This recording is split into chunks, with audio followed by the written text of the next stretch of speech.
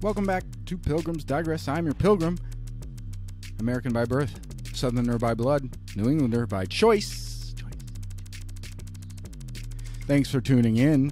This week, I've got a really exciting guest. It's Cl0ud9. Cl0ud9 lives in Boston, and he is a resident expert in all things hip-hop, all things cannabis related. We've got adult themes. I think there's a swear word. I don't know who said it. Be warned. It's PG-13 though. So we're going to talk a little bit about hip-hop yesterday and today. Cl0ud9 is going to give us an excellent rundown of the scene in Boston, and I'll be posting a lot of the handles of all those artists and people that he's connected to so that you can discover them as well. I love discovering and listening to local musicians, and he's going to give us a lot of good ones. We're going to talk a little bit about hip-hop in the 90s and 2000s. We're going to talk a little bit about cannabis and its effects, not just on your person, but in a community, or how legal cannabis is affecting our state, and how people of color are not getting the chances they need to access that legalized cannabis as well. It's very interesting, and it's made me dive a little deeper into that subject too. So Cl0ud9 is a great guy. He was very open to any subject, and it's real great of him to be on my show, Pilgrims Digress. Be on the lookout for his podcast, NewEnglandHippies. He's going to promote that too, and he'll lay down his social media handles as well. So be sure to check him out on Instagram and on Facebook, and enjoy our conversation about cannabis, about hip-hop, about race. It was a great time, and hope to see you next time. We're going. Yeah. Cl0ud9, how are you doing tonight? What's going on, man? I'm doing good, man. I'm chilling. I'm relaxing, man. What's going on with you? How you doing? I'm excited to have you on today. We connected on Instagram. I just remember, we just got done talking about it, but I remember I got on Instagram and I searched New England. And so, right. So NewEnglandHippies came up. You came up. I was looking through your feed and everything, and you were promoting and being something into that I'm interested in talking about. And you're also from Boston, and I'm interested in talking to you about what it's like to grow up in Boston, what it's like to grow up as an African American in Boston and New England, and just really enjoyed your content, and hoping to help you out promote whatever you got going on today. I know that. I appreciate it. And I'm like, and that's my first time ever hearing anybody saying they searched New England and NewEnglandHippies came up. So that just makes me, I'm like, well, I must be doing something right. So yep. Social media is a tough cookie to crack. I just bought a promotion on Instagram for $15 or something, and you got to put in like what kind of people you want. It was weird, and it's not working. Well, at least maybe it will eventually. I'm getting a lot of hits, but I'm not getting like more follows or something. I don't know. It's a tough business, I guess. But I'm excited about talking about New England with you. My show is all about New England culture, what it's like to live here, and I'm really hoping to get as many different perspectives as I can. So I saw what you were into, and I'm looking to get into it. So let me start off with my usual first questions for all my guests is, what's your relationship or your experience with New England? I was born here. I was born in Boston, Massachusetts, Mattapan to be, just to keep it really from. It's from Mattapan. I was born, raised here all my life. I spent a little time in other parts of New England when I was younger. I lived in Needham for a little bit as a kid. And I was just back to Boston after that, back to Mattapan. I went to school in Roxbury. I went to high school at Madison Park in Roxbury. So, shout out to Roxbury, shout out to Madison Park, MP family. So that's just how it just really is. And outside of New England, I just lived in Miami, and I lived in Orlando for a little bit. But everything I know is just basically Boston. I still need to travel to New England a little bit more, but I spent a few times. I've been up the Rhode Island. Has some good food in Rhode Island. They got some real good food in Rhode Island. When I was a little bit younger, I spent some times in Connecticut. That was like some crazy wild times. And that's just really it. Mainly, I'm just from Boston. I'm just living that city life. How is it growing up in the city in New England? Because a lot of my guests are like, "Oh, we went ice fishing and all the other stuff." What's it like in the city? Nah, well, I never went ice fishing before. Also, I'm not. I know nothing about that. Well, one that I mean, I think I can compare it to like any other urban city. You know what I mean? What about the That's winters? oh, the winters was crazy though. I ain't gonna front. The winter was crazy. Like you wasn't nobody. It was like it was born in the wintertime. You always, if you had no friends, you was definitely bored in the wintertime. I tell you that right now. So if you was like people that had no friends and you couldn't, or you was just stuck in the crib, couldn't go nowhere, you definitely was bored in the wintertime. Because especially when I remember me growing up, it was just always snowing. So I was just like, yo, I'm just stuck in this snow. And then when I got older, I was like, shit, I hate the snow even more because I don't want to have to shovel all that You damn gotta take care snow. of it, right? It was fun. Yeah, Now it's a job.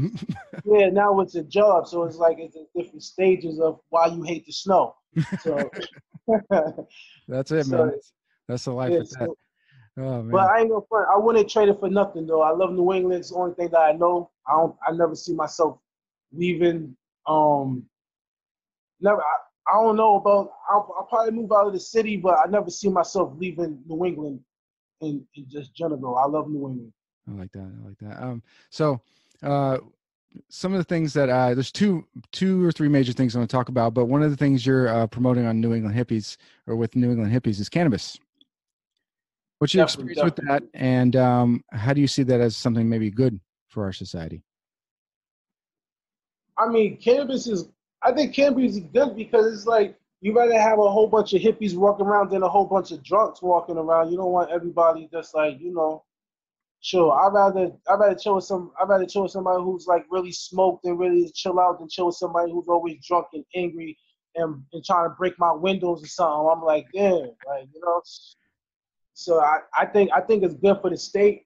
I think it's good for Massachusetts. I think it'll be good for New England, but I think the only problem with that is I think they're just not gonna let enough black or brown people really trying to get their license. So I think that's just something that's like my biggest issue with the cannabis industry right now. I was like they're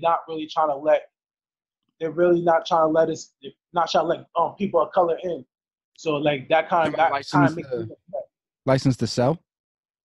Yes, like Yeah. yeah, license, like license. They say they want to expunge the record, but I feel like they're expunging they're gonna expunge a lot of records who are black and brown people, but they're not gonna let us in the cannabis industry to make money.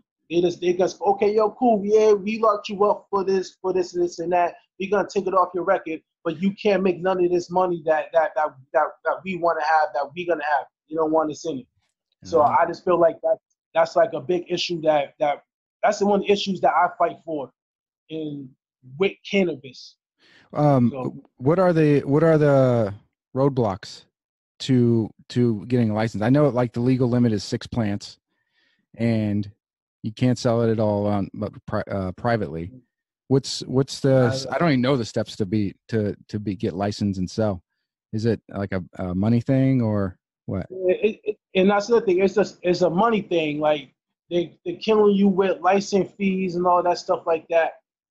And then like and even if you could do everything and have everything right, and you still might not be able to get it. So like I said, it's just a money thing, and they know like we a lot of what black and brown people we probably individually we probably don't have that to really that we don't have $10,000 just to Startup go try capital, to yeah. get a non-refundable application fee, or you have to pay a certain amount of money to the state and town, which I don't have a problem with it, but I just feel like it's really designed for people that look like me not to get in. So That makes sense. Because then they still have leverage. yes, exactly. So So I live like 10 miles from Cultivate, the big one in Leicester here, like one of the first ones. And oh it yeah, that is, was the first one that opened up. yeah. And I haven't been inside, but from the outside, it's all like fancy. I saw pictures online. It's all like, it looks like an Apple store, like all nice and clean. And it's just like, how much money does that take to even start or get going? Something like that. They just got hit with a fine for not labeling their stuff Yeah, right. for like Yeah, if I'm not mistaken, I think it was like 75,000. If I'm not mistaken. So I was like, ooh. But I don't know. This stuff looks state of the art. So I mean, at the end of the day, it's all about your money and backing who you got and backing you. And like I said before, it's like I don't know. It's just like you can't mess with the banks. You can't rock with the banks. So it's just like how else are the people really gonna get their money? And then it's just like, and then our black people, we gonna have to try to hustle and trap that money. And then they already on what backs they already with it. But I don't know. It's just like I said before. I I don't know everything. I just know a few. It's people who could probably explain that a lot more than me. People like Chauncey Spencer probably can explain that a lot more than me. Somebody who's actually really trying to get their cannabis license in Mattapan and all that, and his growing license too. So he probably knows a lot more about it than I do, so he can speak on it better. But like I only talk about from my point of view and from what I see. And all I see is they're just trying to block us out. That's tough. Tough to think through. It reminds me of in Chicago, they used to district out African Americans in certain parts of the city. It was just agreed on from the realtors and bankers. It wasn't even a government thing or something like that, but it was just kind of, and it's not blatant or overt, but it's just they put roadblocks, hurdles in front of everything. So, but are there any dispensaries in city Boston proper? There's one in Cambridge, right? Yeah, nah, it's some in Cambridge and they got some on the outskirts, but I don't think it's I don't know about recreational. I know they got like a few, excuse me, they got a few medical dispensaries around, but I don't really know about recreational. Wow, that's funny. They get the one here in Leicester and Northampton. Those are the first two, right? There's one in Gardner. It's just like, what kind of people are living there? That's like another thing too. They're trying to really keep us, like they put it way far out, so it's like it's harder for people in the city to really get it. But right. I mean, wow. I think what they're waiting for. I think honestly, my personal opinion, I think for my city, I think they're waiting for it to be legalized on the federal level. Yeah. So the big banks can come in the city and they can take it. So yeah. and that's just my hypothesis. I'm just gonna say. And I think that makes sense because then you can go state to state. You can do interstate commerce with that and make it a lot easier. A lot easier. Because then, I mean, you can't bring anything to New Hampshire. You go to New Hampshire, it's a federal offense if you cross state lines with it. So, yeah. But if you were just right around the corner to Vermont, you're all set. It's weird. Exactly. Have you ever grown yourself? I've never seen you grow yourself.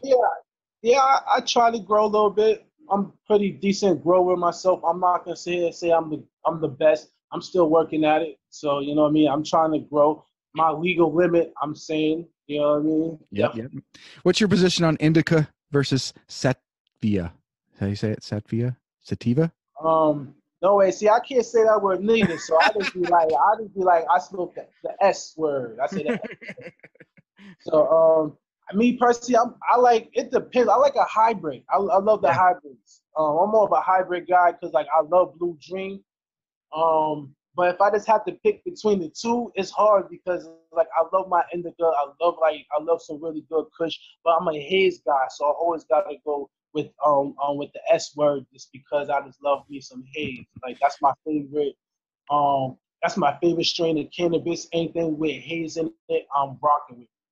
What's your mode of dispensing? What are you smoking out of? Me right now, I'm all papers. You know what I mean? I'm not gonna say what papers because you know what I mean.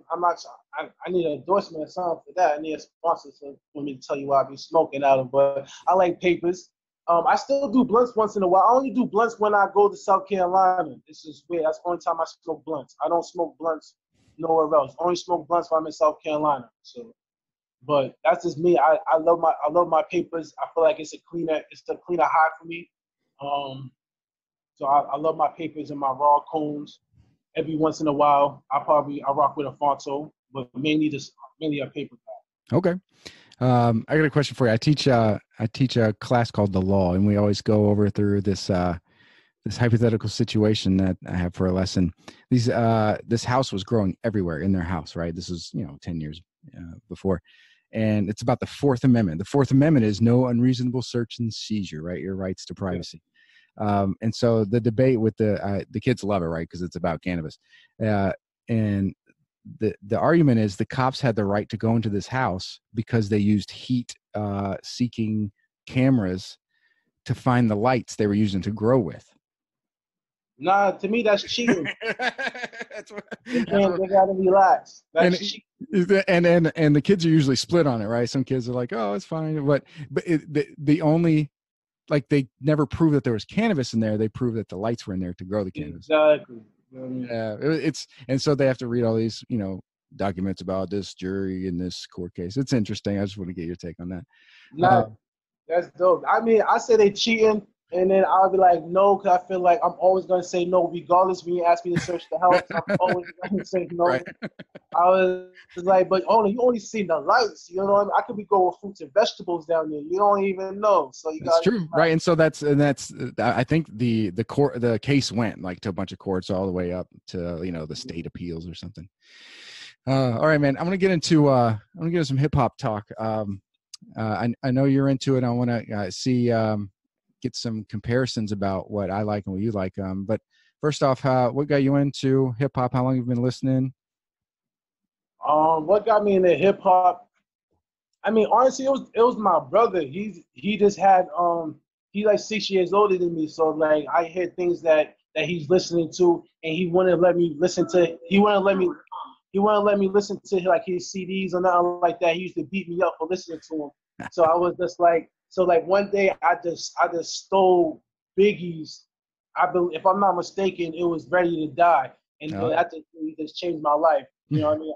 But I think probably as like 8 years old, you shouldn't be listening to Biggie Smalls like that. Like, you know what I mean? But that's what really got me into like hip hop. So it's just like, so that first take got me into hip hop. Like Biggie Smalls, Ready to Die. What has been and is now your favorite era or style or genre of hip hop? I mean, it's nothing better like when you're growing up, because I feel like that's what's like, yo, that's when you do, we talking, you feel like, yo, when I was growing up, it was this, and that. So it's like, I would have to say the 90s in the early, probably like 95 to 2000.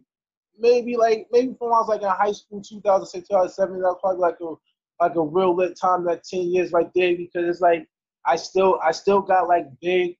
I still got to listen to Big, but I also got to still listen to like not Big, but also still like. But it was different because East Coast rap was still East Coast rap at that time, so it was like different.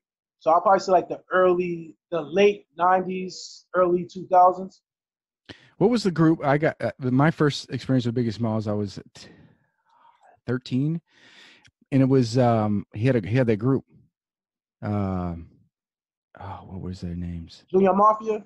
Yes, Junior Mafia. Yeah. That's what I distinctly remember putting that CD in, listening to that with a friend. Favorite set. What about Tupac? Tupac. I'm a Tupac fan. I'm just like. My brother was like a big Tupac fan. I was like a big Biggie fan. So it's like he used to be like, yo, he used to say West Coast, and I used to be like, nah. Yeah. And I was so young, and I wasn't even saying he was saying West Coast, and I was just saying Biggie. That's what I think I was just saying. I didn't even understand what the East Coast was. I was like, all thing I knew was Biggie. So I was like, it's Biggie. Then he used to tell me, no, it's the East Coast. So he had me saying East Coast thing. So it was just like, I'm a pop fan. Like my favorite song of all time is Brenda Got a Baby. That's like my favorite hip hop song of all time. So like Biggie's my favorite rapper, but Tupac also got my favorite song. So it's like big up to Tupac too. And a lot of things people do not know is that Tupac really was from New York. He moved to the West Coast. So it's like both. I mean, the both was real dope. I rock with Tupac a lot. But yeah, Big was my favorite artist of all times, and I'm always gonna say that. Yeah. Well, you talk about that era. Did you? How many times did you listen to The Chronic? The Chronic, I listened to the Chronic quite a bit. I like the Chronic. The Chronic was like a dope album, but it was just like I didn't really understand it until I was like really like high school. I Yeah. didn't really understand it. It was just like also with like even with some of Biggie rhymes, it was just like I loved it. It sounded dope to me, but when I got older, I kind of understood it more because I was just like, okay, that's what I liked it because it sounded dope, but now I understand it. You know what I mean? So like even with Tupac rhymes too, like a lot of things I listened to when I was younger, I listened to when I was older. I was like, oh, I get it now. Yep. So There's a lot of, and it's got the double meanings, the turns of phrases. When I was probably in my late teens and 20s when I really started getting it, like you're saying, you got it. And don't remember where I heard it, but I remember either reading something from another artist or something talking about hip hop. And he said that hip hop, and I agree with this, hip hop is the folk music of our day. Remember Bob Dylan in the 60s? It's protest music. This is what's going on with us. We don't like it. Here's what we should do about it. And I really like the way things are going, or that they've progressed, because I feel like Tupac and Biggie, and then Jay-Z is going to turn it around for me. Like Tupac and Biggie tell you what's going on. They tell you what's wrong with the world. NWA did it too, and that's going to lead all the way up. But then Jay-Z comes around and he's talking about how he had that situation, but then he's going to turn it around and kind of pave the way for the late 2000s, like you said. Yeah, right. Jay-Z definitely took the crown after Biggie. So yeah, I'd say so too. And I want to ask you, since we're talking about taking crowns, I also read an article about 2008. 2008 was the year 50 Cent put out his last album. And it's when Graduation by Kanye came out. And so this whole article talks about how that was a pivotal moment in the end of gangster rap as we know it, where Kanye takes over as like the top guy in rap. What do you think about that? What was it? I didn't call it. I forget what that was. I definitely you probably read different artists, but I definitely heard some stuff like that. And I was probably like, yeah, probably at the time. But if you really want to think about it, gangster rap probably never really left because it's just like it's probably not popping how probably like it was before. Okay. But gangster rap probably never really left because I still listen to gangster rap. Like I listen to Maxo Cream. I still listen to it's like a whole bunch of other artists that still actually really do like gangster rap. But like is it that popular like it used to be? No. I think it's like you could either some artists in the South, like some of this trap music, that's like in my eyes, that's sort of like the new gangster rap. Like yeah, I can see that too. The trap music, like the new, because it's just like they're probably not. They still talk about shooting this and that, but they're mainly talking about getting money and partying like rock stars right now. I think hip hop is got an age I like the rock stars was. All they really want to do is get money and party and blow all their money. So yeah, I was really when I heard a rapper talk about drugs in pill form, I was very confused. I was like, what is this? In my day, no rappers taking pills. Yeah, exactly. No, that's what it is. I worked at the Job Corps out in Westover, right? It's kids that need an extra chance, you know. And there was this one dude, man. He was funny. He would come out of class. I'm about to be loud. He would come out of class. This is what, 2011, maybe 2012. He'd come out of class and do this. Pop to Molly, now I'm sweating. Woo! Right.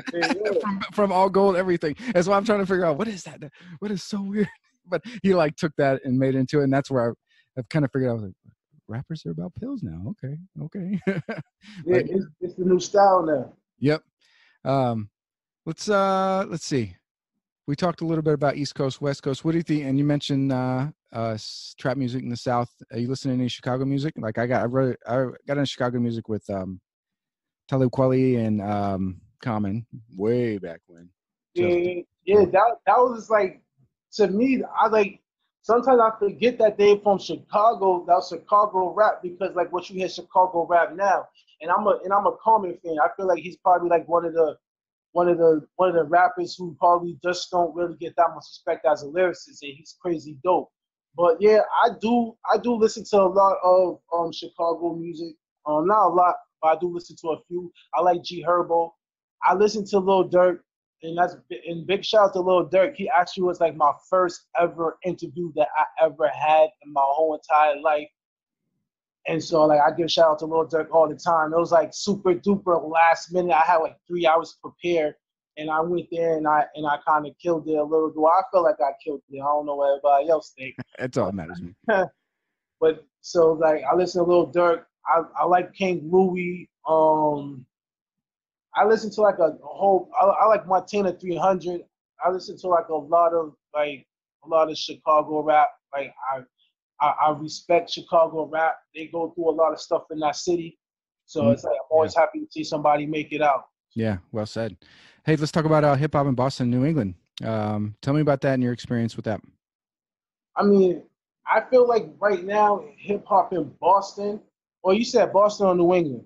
Whichever one you know most about, or whichever one you want to. See, like New England, I can't talk about the whole New England. I'm still trying to reach other artists out in New England. Really try to go other places in New England. Really search out hip hop in other areas. So, but mainly I could talk about like my city. Cool. And like in my city is like we almost at a point like we have a lot of artists that starting to get a little name. Cousin Stiz right now, he's doing his thing. He just did a video with the City Girls. I don't know if you never heard of the City Girls, but it's called Perfect. That's like a pretty dope video. Shout out to Cousin Stiz for that. I'm happy to see him doing things. So it's like when you see things like that, and I'm a Bia fan too. So it's like I see Bia doing her thing. My favorite artist in the city, if I could say that right now, is definitely Red Shades. She really doing it real big. You got Michael Christmas. You just have a lot of artists that's like really starting to get starting to get out there. So it's like I'm starting to see Boston hip hop starting to really take form in the industry. And I feel like Boston is about to be next. If I were to drive into the city, where would I go to see a show? You probably have to go. So you gotta go to Dublin House. So it's just like you gotta go. It's shows all over. It's just like it just all depends. But one thing I do notice, it's like a lot of people don't really do that many shows in the city. That I'm really saying. It's usually like they go on like Brockton. I see a lot of shows getting thrown in Brockton, Malden, places like that. You know what I mean? So I mean, me personally, I want to see like more artists in the city perform in the city. You know what I mean? So that would be real dope. What is it? How would you say Boston hip hop is different, like audibly? Is there anything different about how it sounds or how the lyrics are that might make it different from Chicago or South or what East Coast, West Coast? I mean, I don't know. Boston is just Boston. I think everybody's just different because, like, when I hear Red Shade spit, she reminds me like an MC. Like that's how music I like. She reminds me like an MC. Like she really got like the bars and she really spit. And then when I hear like a Cousin Stiz, he's more on the swag side. He got the swag with it. And then you got like the Michael Christmas that I kind of like. He got like I don't want to be disrespectful. I hope it ain't disrespectful what I'm about to say, but kind of like weird rap, which I kind of like. I think he's kind of dope. I like his style. So and then you got like Bia. She's kind of gangster. So it's just like it all just depends who you are in Boston. I feel like everybody in Boston, they got their own sound. So it's diverse even within the geography. It's definitely diverse. Right, because you go to Atlanta, it may all sound similar. Yeah, definitely.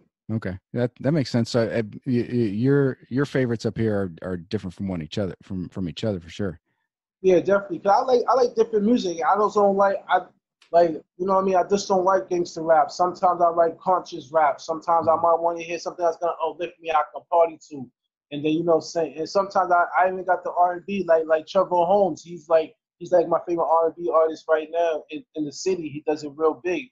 You know what I mean? So it's just really just a diverse city within the city. So it's like nobody has their own sound. And then you got other people that comes up like Problem Child, like who can spit crazy bars and he can do reggae. And then you got somebody who's coming up right now, Melly Bell. She's a really dope female artist. You know what I mean? You got Havoc. He does his thing too. You got dope bars. It's just like everybody's just different. If I were to send some of my listeners to these artists, what's the best way to help them out? Where should we listen to them? What platform? SoundCloud. Sure, everybody got an Instagram. You know what I mean? You got always hit up on everybody on the Instagram. YouTube. I mean, Twitter, Facebook, like all that. If I go through all the people you follow, you think I can find them? Yes, you can find everybody at his name. I definitely follow them. Cool. All right, I want to switch the last gear. I want to talk a little bit about something I noticed about New England, and that I'm excited to have the opportunity to get a different perspective on. I want to talk about race relations in New England. When I first moved here 10 or so years ago, I noticed it was different from where I was from. I'm from like right outside DC, and there it's diverse. Like my school cafeteria was all the colors, all mixed in, right? I was the sole white guy on a few of my sports teams. Okay. But I moved up here and I'm looking around. Where is everybody? Can you speak to here's what did your school cafeteria look like? My school cafeteria, it was all black. It was black and brown. It was just like the black. It was like the black people. Then you had it was just black and brown, but it was like different because at the same time it was like all the people who was like cool. They'll have like their 1 or 2 tables, and the other people who not so the nerds they had the table. Everybody sit everywhere else. So it was like that. But if it comes strictly to race, it was just like really it was just black and brown. Really, it was like. There's a few, like maybe one white person, too, but not too many. How do you think New England is different as far as race relations go? Do you know anything about that, or what's your guess? I mean,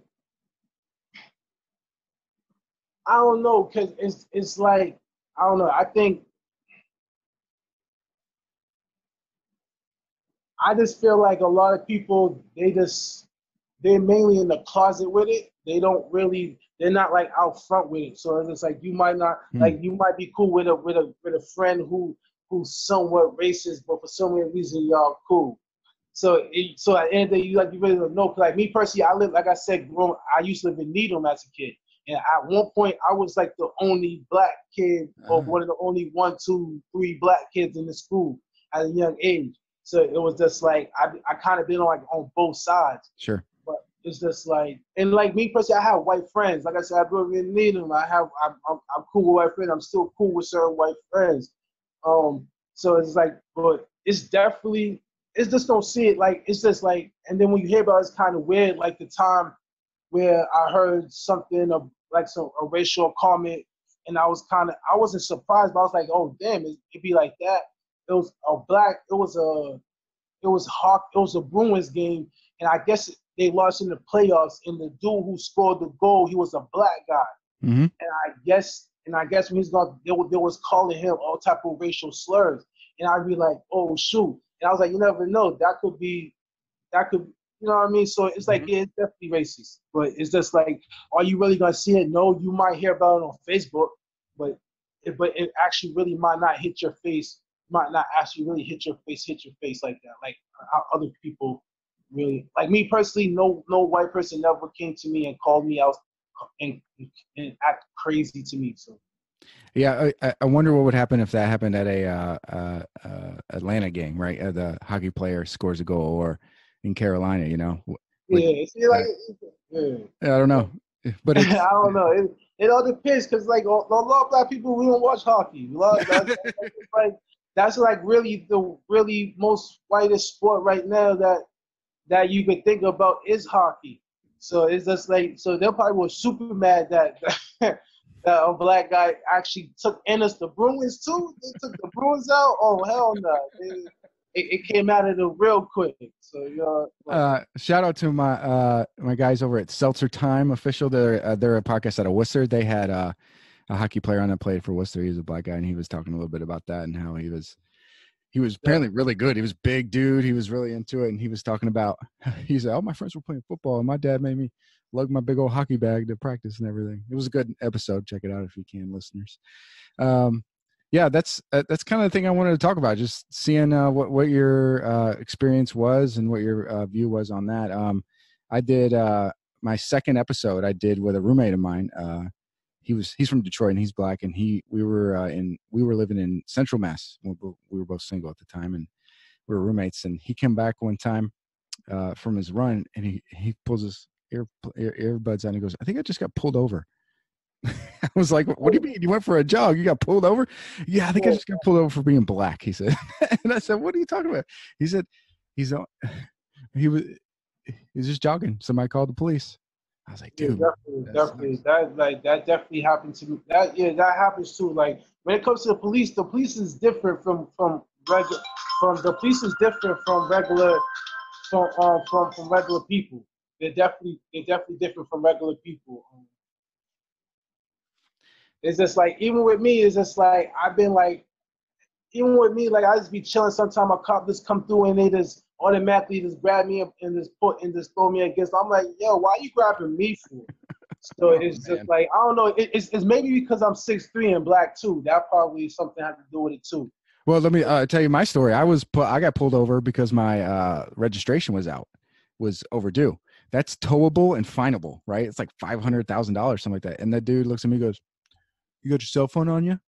I say, "Yeah." He goes, "You go ahead and he goes, I'm gonna go back to my car and you go ahead and take care of that right now and we'll be all set." If that was me, that don't happen to us. And I said, "Yeah." And I said, "Man, I was like, that's it." I said, "This is the hand I've been dealt. Isn't that nice?" And he just sat back there and I deet, and I had the money and I did it and I showed him and he refreshed his computer and I was on my way. It was if that was like me, I definitely would have, you know what I mean? Everything that would have happened. So rough. Definitely. But so like when it comes to the police, it's definitely different because it's like I notice for me personally, every time I get pulled over, the police always bother me just a tad bit, a little more. Any little thing that just happens, it's just like oh sure. It's like wow if you just I feel like if you just pulling me over or if I'm just going somewhere and you pull out the car, you pull me over, you have no business, no right just to be grabbing me and putting my hands automatically behind my back without asking me any type of questions or telling me what's going on. And telling you exactly why, yep.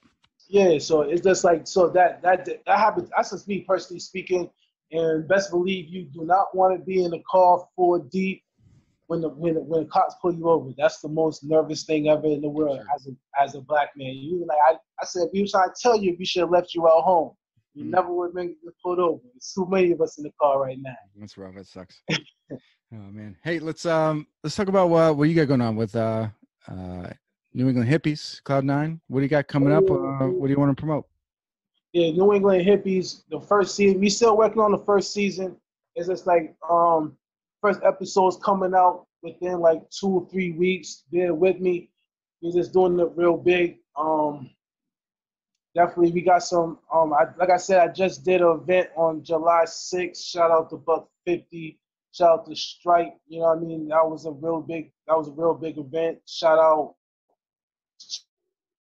to all the artists that performed there. Shout out to Problem Child. Shout out to Melly Mel. Shout out to Natural Selection. Shout out to everybody who just showed up. Shout out to Rick Havoc. Shout out to everybody that was there. Like I said, shout out to Buck 50 again. It was a real crazy good show. You know what I mean? It was a lot of love being shown. A lot of dope artists showed out. I'm definitely going to do some more black and brown cannabis events. That's definitely going to happen some more. I'm just trying to throw really more events. I have a few big things in work that I'm working on that I really can't talk about, obviously, because it's still in the works. But it's just the grind. New England Hippies is definitely coming. And like I said, all New England, everybody in New England, I'm just there to show y'all love. You know what I mean? That's just what I'm about. I'm all about New England. I love New England. I'm definitely all about black and brown businesses, supporting them. So if you want to come on New England Hippies, you know what I mean, black or brown, got a business going on, I got you. Well, New England Hippies is just not it's for everybody. If you're a hippie, you want to come on there, got something doing big in the hippie from New England, I rock with you. So it's just like everybody from New England come down, show love.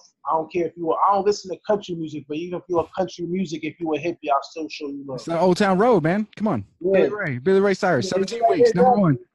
I mean, now I tell people that's payback for Post Malone. I was just like, y'all have to take that. Y'all was just like, y'all gave us Post Malone, we gonna give y'all that.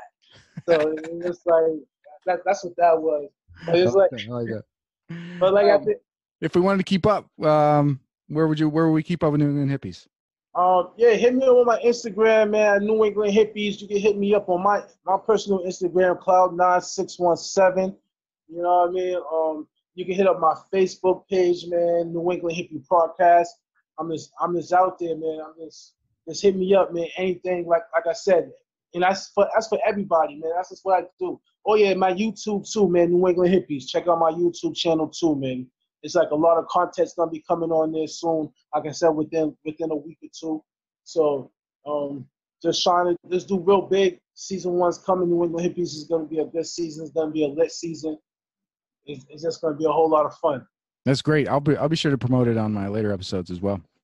All right, no doubt, man. And like I said, you always welcome to come on New England Hippies too, man. You always gonna be a guest. All right. That's great, man. Hey, thanks for coming on again on Pilgrims Digress. Appreciate your time. And I love talking about hip hop in the early 2000s, late 90s. And well, I'll keep a lookout on how I can be best used when it comes to black and brown cannabis issues or any kind of other issues with that as well. So, all right, man. We'll be in touch, and good luck to all you're doing. All right, same thing to you, man. I had a blast on your podcast, man. You know what I mean? Shout out, man. Like we do all the time, man. Be blessed, man. Showing them love. Man, check out this man podcast, man. He's cool, man. You see him on vacation. He's a funny dude. Check out his page on Instagram. He be having me laughing. I was like, man, crazy. Thanks, man.